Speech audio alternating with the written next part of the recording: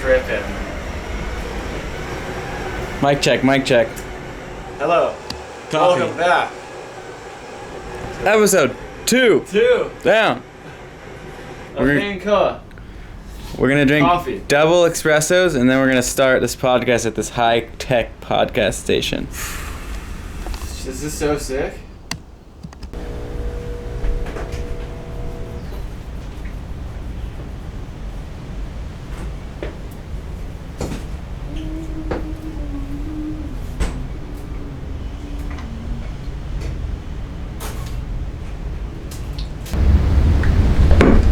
Are they recording? Yep. That way we just come in and sit down and drink coffee. Cool. This chair is all... It's missing a little thing. Oh, you need you know what you piece need? of cardboard. Barbed wax. There we go. Oof. Might have been too much. You know what? No, it's perfect. There we go. Hey, let me see that. Inside a pull vest. Or padded vest. All the efficiency. Oh no, what's the word? Safety? No, when you use things, multiple uses. Not efficiency. Brilliant? No, not brilliant. Whatever, I'll remember it. Okay, intro. You Alright, my turn. Welcome back to the Nate... Okay, wait, I'm going to redo that. Welcome back to the Nate and Koa podcast. I can't do it, you do it. Episode 2. We are at a new location, another high-tech facility here. We got both handicaps set up. Small upgrade, better mics, and we both already drank one coffee today at our houses separately. Skitzing. And now we just doubled up on a double espresso. So hopefully throughout this podcast we'll get more and more skitzed out, which we already are. Huge updates since we last podcasted, which was literally 3 days ago. Yep. Got a lot of topics today. Jaws, Waimea, spinal injuries, and anything else we can kind of come up with. Yeah, there's a lot happened in the last few days, but if you guys could subscribe to our channel and like this video, and we'll keep putting out podcasts for you guys. So, I did have a question for you, Nate. Yeah. What happened at Jaws? How was it? Because I saw a wipeout of yours that looked brutal. So, we'll play the wipeout. Let me show you this angle real quick. It's so dope. Right here. Looking in angle.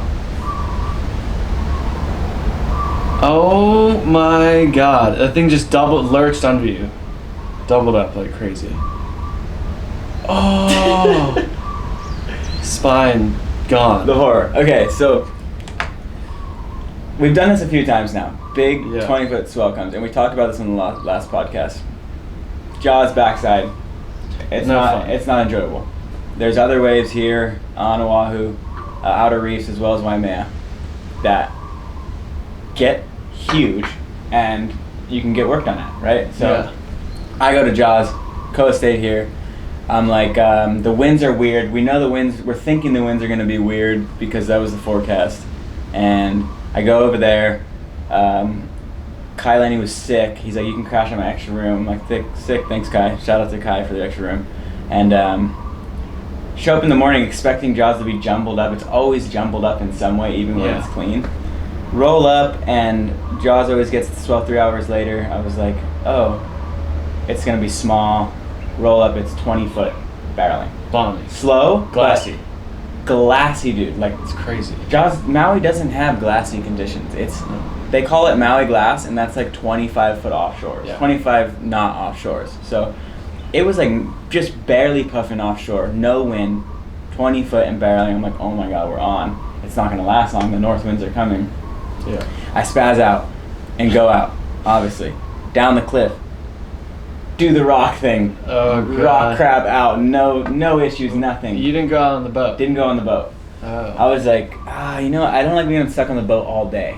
I'm like kind of backing the cliff. Yeah, I like that too because I get seasick. Yeah, so you I never definitely did that. Yeah, I always went out the rocks, no matter how big it was. It sucks because you don't have your boards with you and you don't have food and water. But if you can get those on a boat, or what I did is like I put an extra contact in the sleeve of my wetsuit and a Go Macro bar in my other sleeve, and I paddled those out, and then I gave them to Curtis, who was my hired safety.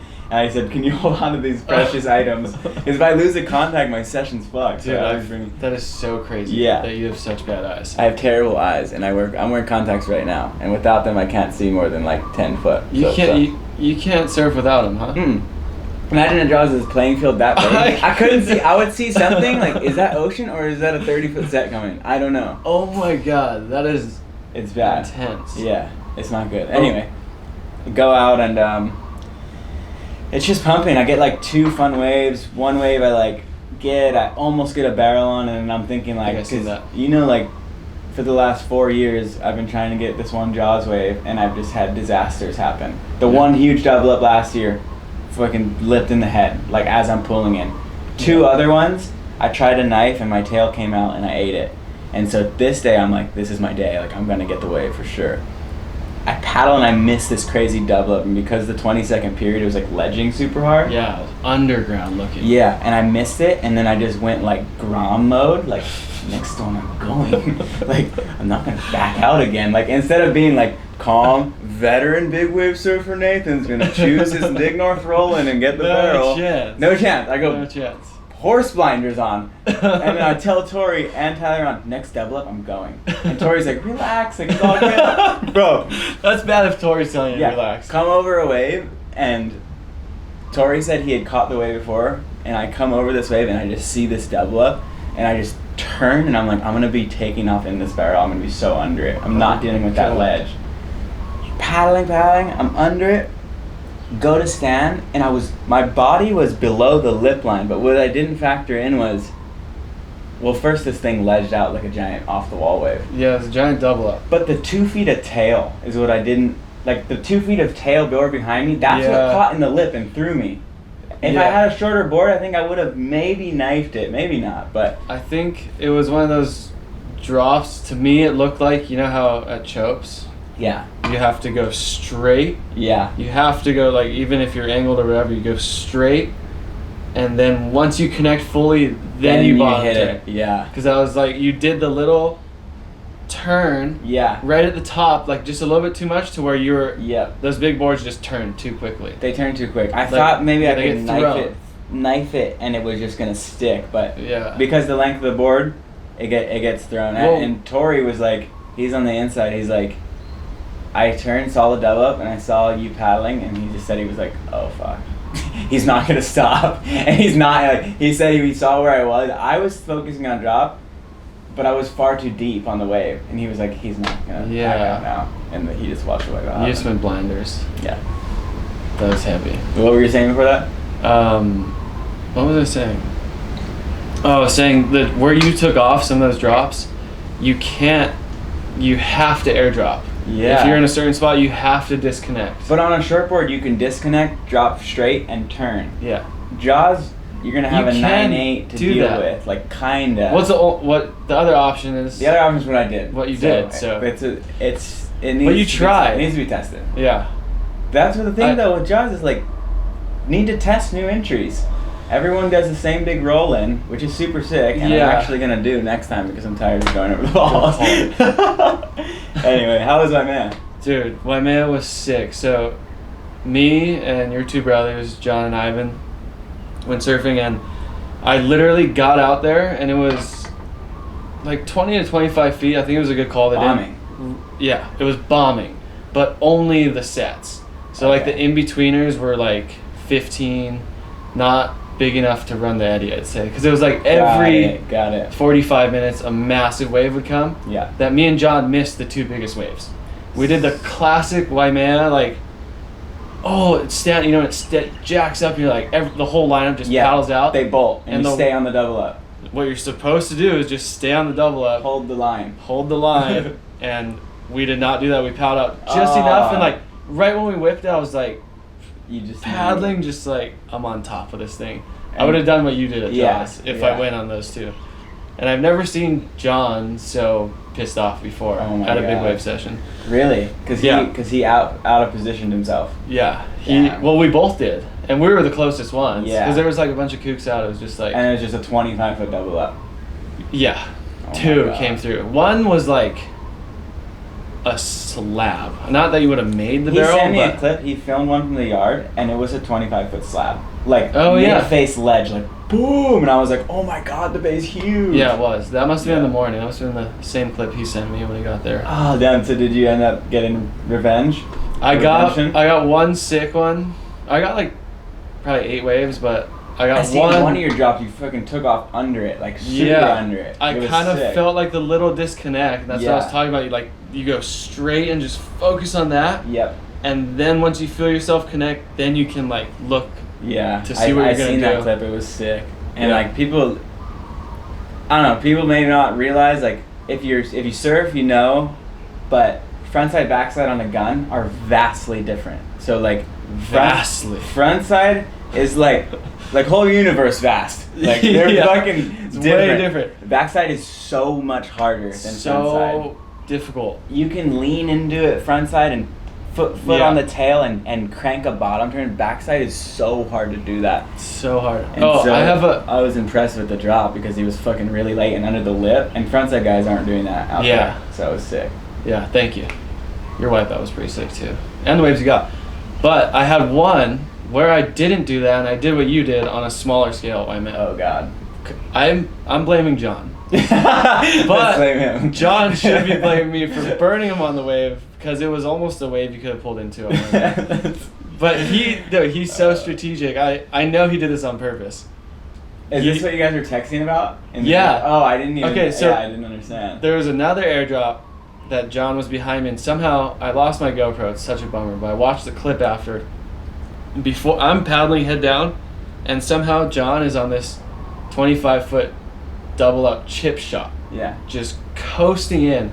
In the clip, I'm like head down, scratching, and he's just standing up, already almost bottom turning around me. And I didn't even know he went. So when I went to go stand up, I was like in such a crazy spot. I was already like knew I was airdropping, and I was like, okay, I'm just gonna go straight. And then all of a sudden, he just comes flying around. I'm like, oh no! Like into your peripheral. Oh yeah, no, in front of me. Oh my god! He's literally right here, like 3 feet from me. Oh my I won't god. put the clip in here right now. But I had a GoPro angle of it, but lost the GoPro, unfortunately. But I go to airdrop, and I'm like, oh, fuck, John's right there. And then I don't know what happened, but I like didn't poke or anything or fall forward. You kind of ejected it? I kind of just like, when I hit the water, I just like fell back. Let yourself fall over. Yeah, when I could have. You didn't want to just blaze into him. Because I think if I would have gone straight, I would have went straight into him, and I'm pretty sure he got that close to me on purpose because he was in so early and he surfed so good. Yeah, just to mess with me. Fuck with you for sure. But he definitely could have got barreled on the wave. But it was a sick wipeout. That's the thing. A lot of guys, if there wasn't the crowd that surfs Waimea would be a barreling right. We would be out there pulling in, and I've seen waves barrel. A lot of them clamp for sure. Big waves clamp. They do that most of the time. Waimea, I've seen open barrels below guts of the channel. Yeah. That's a makeable barrel. But everyone goes out there on these 11-foot boards on the 10 to 15-foot days, which I get. You're trying to surf big waves and you're trying to learn, and it's a good spot to learn. But don't go out. You don't know what you're doing. But do it at a different wave that pros can't. We can't go out and pull in and change how Waimea is surfed because work there's 10 your way guys. up. Start at Big Sunset. Go out there on your big board. Go out there. Figure it out. Where nobody's trying to backdoor a 20-foot bowl and get blown out of the channel. Well, the worst thing is at Waimea is they don't know surf etiquette. Jaws, you pull out of waves. You pull out of waves at Piper backdoor. Totally. Waimea, it's just a free-for-all. It is, yeah. Well, I can't really talk shit because I literally dropped just talking about burning. Yeah. And I look like the kook that doesn't know what he's doing. No, but it's fucking true. This Waimea is a barreling right. It can be surfed better than it's being surfed, but it can't do that until the crowd realizes that you can get barreled out there. Yeah. It'll be sick when the day comes that guys are splitting the peak splitting the peak. Mark Healy goes out there and gets drained on the left and comes out of barrels. It's very true. I'm not going left ever because there's big rocks right there. Holy shit, it's so gnarly over there. So gnarly. And it's not because it's Zach's side. I'm just not going to go left because there's giant rocks right in the impact zone. Healy paddles out on the left and he goes left on waves. I'm like, why? Healy is a complete psychopath. Psychopath. Mark Healy is crazy. He was doing this kind of stuff when we were Groms. Yeah. Like, he was a Grom to a really gnarly older generation, like Brock Little. Healy was like the Grom when Brock was in his heyday. And then he was doing vest, no float, nothing. And he was doing the gnarliest stuff with crazy. them when he was like 15. Those old school guys were just such pioneers. So gnarly. Of commitment. Like, if I went out to a big wave now without my pool vest, like a big wave, I'd feel like naked. Yeah. I'd be like, I don't feel comfortable maybe because I'm so used to it. Yep. Even with everything, like look, like we just lost one of the legends, the guy Marcio, who first got a paddle giant jaws, a Brazilian guy that was living on Maui and decided like things needed to change. They wanted to paddle jaws, and he goes after a veteran career of big wave surfing. He goes to Nazaré, and the place is. I mean, I'm surprised there hasn't been more deaths there because of. To me, it's not that much reward for so much risk. It's just, I mean, I get it if you're chasing the biggest wave ever, but he got like a 3-wave hold down, and they were unable to resuscitate him on the beach. God, and Lucas Chumbo was towing him, and Lucas had to pull him up and give CPR and do the whole thing. Probably traumatized. Oh my God. So super sad. Big wave surfing lost a legend. He was a legend. He was the first to paddle jaws. The first guy to paddle jaws. A lot of the guys like Albie and all them, because I didn't know him that well. I just knew him from seeing him. I saw it all over Instagram. Those guys knew him really well, and they were like dedicating their sessions to him on that last jaws swell, and like packing barrels and being like, for this guy. I was like, oh my God, gnarly. That is sad. Anyway, back to, I forget where we were before that. Coffee. We love coffee. So much coffee. Now I think we're about to talk about what happened to your back. Oh yeah, back to the your wipeout thing. Was it on impact? No, or was wasn't. It underwater? Dude, or it's so weird because you can't tell in the clip because it looks like I rotate really badly, but that wasn't it. I didn't feel anything there. I landed, and for 1 second I thought I could pull it, and my foot slipped off the grip pad. Eat it. Okay, here we go. Been through this before, like 3 times I've done that, and so I wasn't like petrified. I was kind of just calmly reaching for my vest pull, and I'm cartwheeling and getting pulled up the face in the barrel, and I get to the top of the barrel and I start falling back through. You know, you get pulled up and you fall back through the barrel. Yeah, like you go gravity, you just fall in the huge cave. Yeah. And so it happened to me at Waimea. Yeah, I start falling, and I'm like casually getting a pull in, and right as I'm pulling, I realize that like I've been falling for like 3 seconds maybe, and I'm like, oh my God, like I shouldn't be falling this far. Oh my God. And I was about to pull, and I was leaned forward like a deadlift position. I wasn't scorpion. I was just leaned forward, and I just went boom on my back, like heck and Bob slammed. Like as soon as I impacted, you know when the lip pulls the water and it becomes like hard surface? Yeah. Well, any wave that you've fallen out there is it's like concrete. As soon as I hit, and like, dude, I don't get injured. Like, I've very rarely been injured. Yeah. And so I hit, and instead of just like your whole back, I've slapped my body and it's pain like all the way through. But this, as soon as I hit, it just went pa right in my low back. And I was like, oh my God, I broke my back. Like, first thought, I was like, I broke my back. And then I was like, oh no, like I'm getting beat down on a 25-footer. But in my head, I'm in this little world of just thinking about my back. Like, I don't even remember the beat down. I just remember thinking like, oh, my legs, I can move my legs, I'm good. I pulled my vest. I got like a pretty good hold down. And I was just like trying to do like diagnostics on like, I have nothing tingling, just pain right in my low back, like concentrated pain in a small area. And I was like, oh, like I think I'm okay. I pop up. Next one on the head, get super work, it's just flaring. I'm like, oh God, whatever. Curtis comes rescue me. He's the guy hired for safety.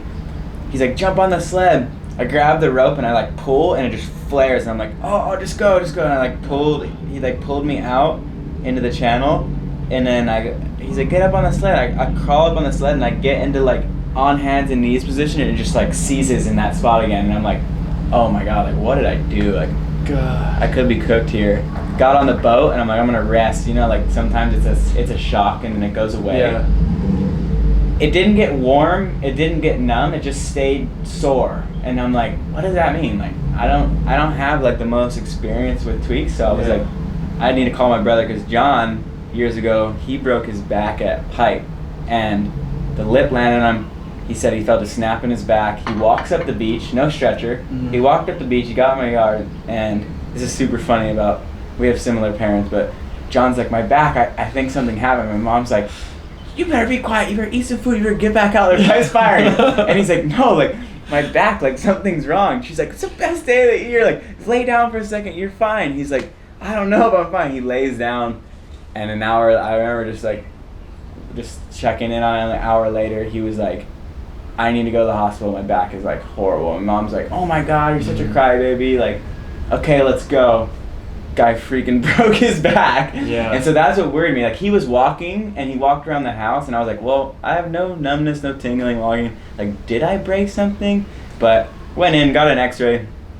Nothing looks broken. Yeah. Maybe they said the fracture, there might be a fracture. It was like, I don't know. They seemed a little confused. They were like, just get an MRI. So that's where I'm at now. Like, day 3 here. Woke up this morning. It was pretty stiff and sore. Like, I try to do like a stand-up motion on the floor, but like a couple inches off the floor into like standing on a surfboard motion, I like seized my back, and I'm like, I gotta get an MRI. And then I had to call your dad and tell him I pulled out of the shootout.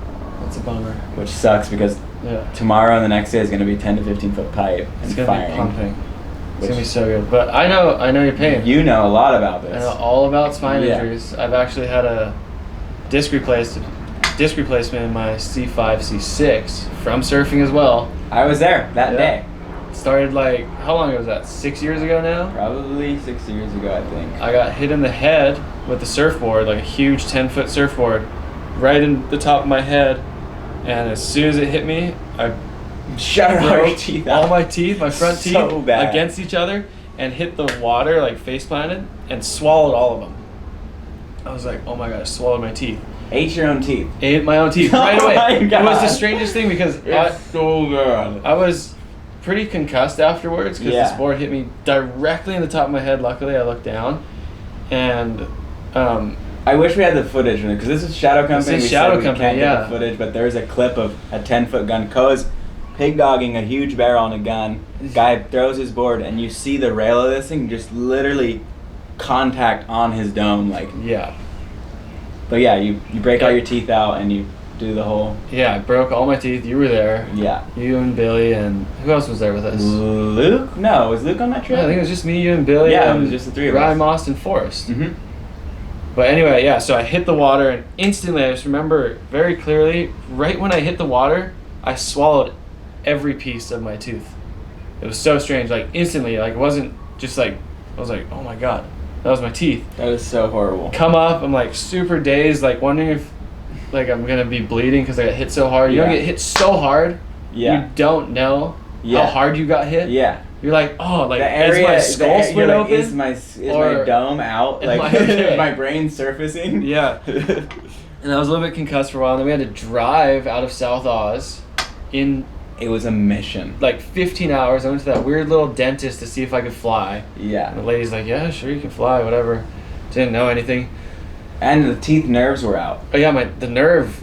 Yeah, that was a like whole... cold water, we're in a cold place, like just breathing air in was like... That was terrible. The exposed nerves on your teeth. Didn't even, like at that point we weren't even, your teeth were like, we were like, oh fuck, you broke your teeth, we gotta get you home.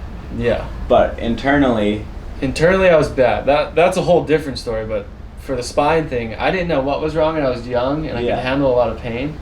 And get home, kind of rest for a while, and I'm like, oh, I'm fine. Yeah. And then like years go on of this neck pain that I cannot turn my head. I moved like this. You're moving. Remember? You're moving. I would move. There was no neck movement. The chin and the shoulders moved together. It was like there was like never any of that. Like I had a neck brace on at all times. Yeah. Which is what your neck does when you hurt it really bad. It's trying to protect you. Like. So a couple years ago at Himalayas, that's we talked about on the last podcast with me and John, I went straight on a wave and just like I had to straighten out, hit the water super hard on my back. Yeah.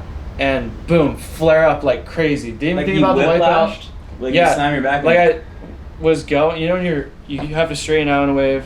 You're going, you're just like, oh, please, like, I can outrun this. Get away from the main explosion. But it hits you and you skip across the water. Yeah. So it hit me and I, like, skipped on my back. I was like, oh. And then I remember my back, same thing, flared up like crazy. And I didn't remember the, like, actual wipeout. I remember being like, I broke my spine. Oh, my God. I broke my spine. So I hope this isn't what happened to you. But go through all that, do safety the rest of the day, can't move. I'm like, okay, this is the worst it's ever been, this pain. In like 7 years, for 5 to 7 years. And I'm like, okay, I'm gonna go to bed that evening and hopefully I just wake up and it's gone. Do I wake up at 4 a.m. to this crazy radiating pain around, not even in one specific spot, just down your whole back, just my upper back and low neck. Jeez. Like right here, this area, being like, oh my God, I have to go to the hospital. Went to the ER. I was in so much pain. And what did they say? They're like, we got an MRI. Got an MRI, and then that's what. Was that the first MRI you got somehow? After all those years of pain? After all those years, I didn't know. I just dealt with it. We were just groms. Stupid. Jeez. But got the MRI, and then that's what sent me on my spine surgery. So you get the MRI, and you send it to some doctors, and they're like, dude, your neck is fucked. Yeah. Basically what they told you. I sent it to these really good specialists in Newport Beach, Dr. Bray, Dr. Shiflett at DISC in Newport Beach. Sent it to them, and Dr. G, my because I remember therapist. You had been talking about your neck thing, and then that happened, and the next thing you know, you're on a plane to California and getting surgery in your spine and your neck. Yeah. I was like, what the fuck? You're getting neck surgery? I was like, dude, that's so gnarly. So gnarly. So I went in and they're like, my disc had like fully herniated and was cutting off like 75% of my spinal cord. It was like smushing it. And put pressure on the spine. Yeah. No, like I'll find the MRI. That is so sketchy. But he's like, we have to replace this as soon as possible. Like one more impact and it could have just clipped it. He's like, you are in serious danger of being like paralyzed if you get rear-ended. Oh, if you leave here and get rear-ended, you just be like, boom. He's like, the last thing I ever want to do is do surgery on a young person, especially like an athlete. Yeah, but and he's like, I recommend doing it. And I was like, at first I was like, I don't believe you, blah, blah, blah. Went and saw a bunch of physical therapists, or just my main physical therapist, Dr. G. And he's like, listen to those doctors, blah, blah, blah. I'm like, I want to see more. So I went and saw like natural people, other spine surgeons, and every single one of them were like, you have to fix this. It's so dangerous. Jeez. And then like 3 weeks later, I got surgery. It's the best thing I ever did. I can turn. I can look. Surfing was like a whole new life. Crazy that nowadays this stuff is so tech. They've done it so much. Yeah. That they just went in through the front. Right here. And that little scar. And push everything to the side. Clamp it over. Bro, pull chunks out, put a new one in around your spine. Dude. Just protect your little spine. A little spine. Yeah, tiny little spine. Tiny little spine you got there. Like those lizards you dissect. Tiny little spine in there gets protected. Wake up new. I woke up new. Surfed within 4 weeks of the operation. I was out surfing. That is so crazy. But I went hard every day, twice a day, physical therapy, and then workouts specifically for that. And then I was back surfing better than ever. That's insane. That was a rough one. I remember when they told me, like, you could be paralyzed. I never cry, but I like kind of started tearing up in the doctor's office. I was like, you're like, God. No. Like I felt like I was like, I gotta wake up from a dream. Yeah. Like, let me wake up from a dream. There's just too much to do still. Yeah, but it all worked out good. It's been like over a year, almost 2 years now, and I feel insane. I get normal neck pain when I eat shit, like everyone else. Dude, it brings up a crazy topic because, and we've talked about it before, but it's like, what we do in surfing, our category of sport is a straight shelf life. Like, yeah. We're like, oh, wow, cool, we'll do 10 big swells in a season and this and that. But literally everyone, some weird thing like that could happen. Yeah. A 10-foot board to the middle of your back. Like, or your forehead. It gets to the point, like, as much as we love it and we have these goals in big waves, and like the feeling of accomplishing one of those big lifetime goals in big wave surfing where so much is on the line and you make the wave you never thought you made, that feeling, it can't be matched in anything. But the feeling of this buildup, like, is this the swell I get mortally wounded? That feeling starts to wear on you to the point, like, we've both been doing it now for over 10 years of chasing really heavy waves. Like, legit, super gnarly waves. Yeah, we've been doing it for 30. Over 10 years. And we're still super young, but I start to have those thoughts, like, dude, like, how long do I need to do this? Like, I have my goal, but like, what's the trade-off if I'm like, am I just gonna push until I can't because of a mortal wound? Dude, in that doctor's office when they told me it makes you not want to chase anymore. They also told me, if you don't do this, you cannot keep surfing. Yeah. You either do this and keep surfing, or if you don't, you cannot surf. And I was just like, what? And that's when I started thinking, same thing, like, how long can you do this? There is an end date.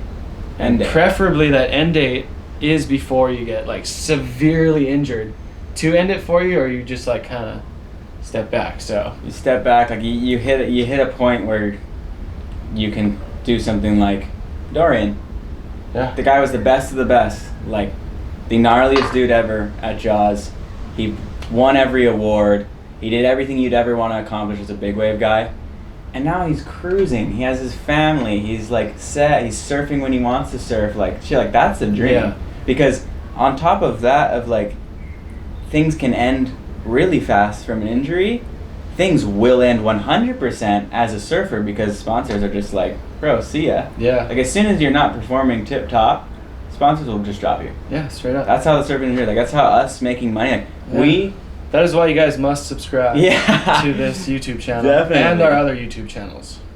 Like, our goal is, like, make all the money we can so that we can surf because we want to and not be reliant on our like athleticism to make that money. Yeah. So we're both trading in the stock market. Oh, that went great. Making lots of money it there. Went about as well as our big wave surfing careers have gone. Oh my god. A massive success into mortal wound. Should we see who's got a worse Robin Hood percentage? It's year to date? Be mine. It's gonna be mine. Okay, year to date. Every year I compete in Not Robin year to Hood. date. I compete. I'm gonna go all time. Okay, me too. So you can see the true horrendousness. So Robin Hood is a trading account for stocks. We don't have to show them our amount. I'm just gonna screenshot and crop. Okay. So I'm gonna show my chart, and then I'll just say the percentage I'm down.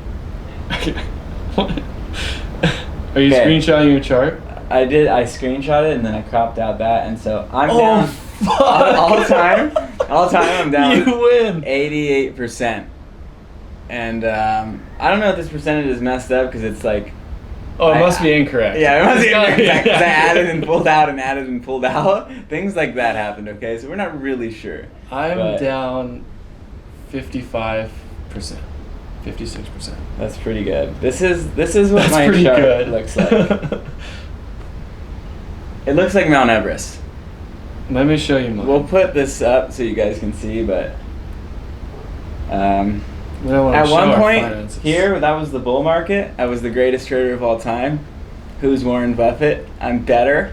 I would make money on any trade I did. We were trading huge leveraged options trades. Yeah, we were trading options like geniuses. we were in a market that we couldn't not make money, and we thought we were the best. Money. But anyone can make money in a good bull market. As soon as the bear market hit, oh, wait a second, you're not the best you ever were. No.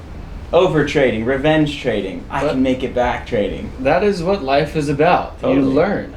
Dude, it's so same crazy with because big waves, same with finances. Our surf stocks. sessions are so similar to like the mindset of trading, right?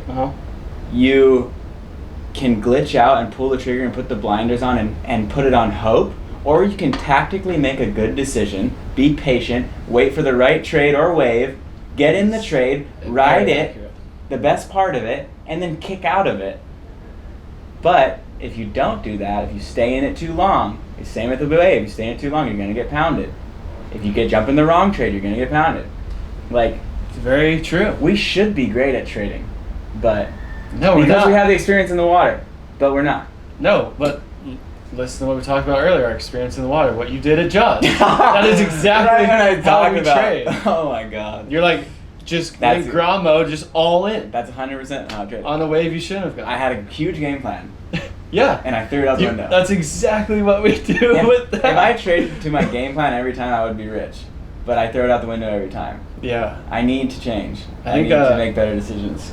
That same little bit of adrenaline you get from trading is like that same feeling you get in surfing. Yes. So that's probably why we're so hooked on it. Wake up at 3 a.m. in Hawaii, just like, dude, the market hours are so bad in Hawaii. We were waking up at 3:30, making decisions and losing money and making money and losing money, and then meeting at pipe and paddling out the 10-foot pipe with no sleep. Just like, your session was going to be dependent on whether you're green on red on the market day. Oh, God. That was your emotion. Yeah, for the day. How you felt, like if you were going to be happy or frustrated. So bad. I'm switching over. I want to go like all real estate. I want to go real estate tycoon. I'm just going like traditional investments, like ETFs, put in just long term. You just put money in, it just does it itself, monthly, money in, like the compound interest. Growth. Yes. And then I'm going to go into real estate, exactly like you were just saying. We could start a real estate firm as well as a podcast. We'll start it all. Fuck. We'll start our real estate journey. Nice. First strategy. Buy rent. Buy rent? Buy a house, rent it from yourself. That is our slogan. Fuck.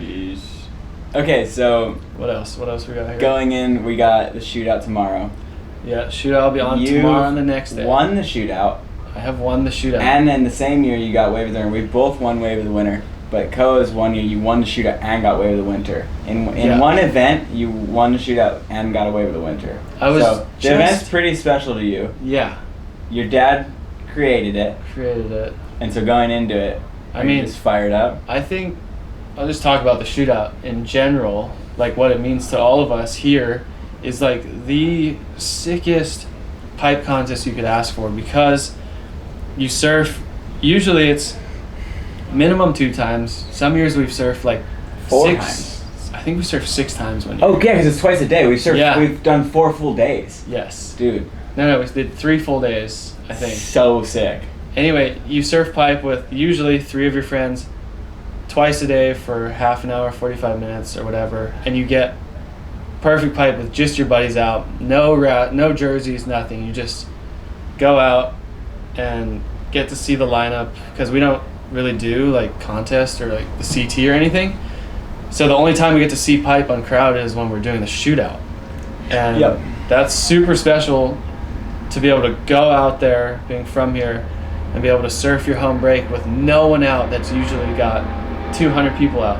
And over the years, multiple Wave of the Winters were won in the backdoor shootout. Shootout has a freak record. Airplane, probably Coast Guard scanning after that big swell. Sometimes they do that. But shootout has a phenomenal record with being firing. Yeah. Firing every time it's run.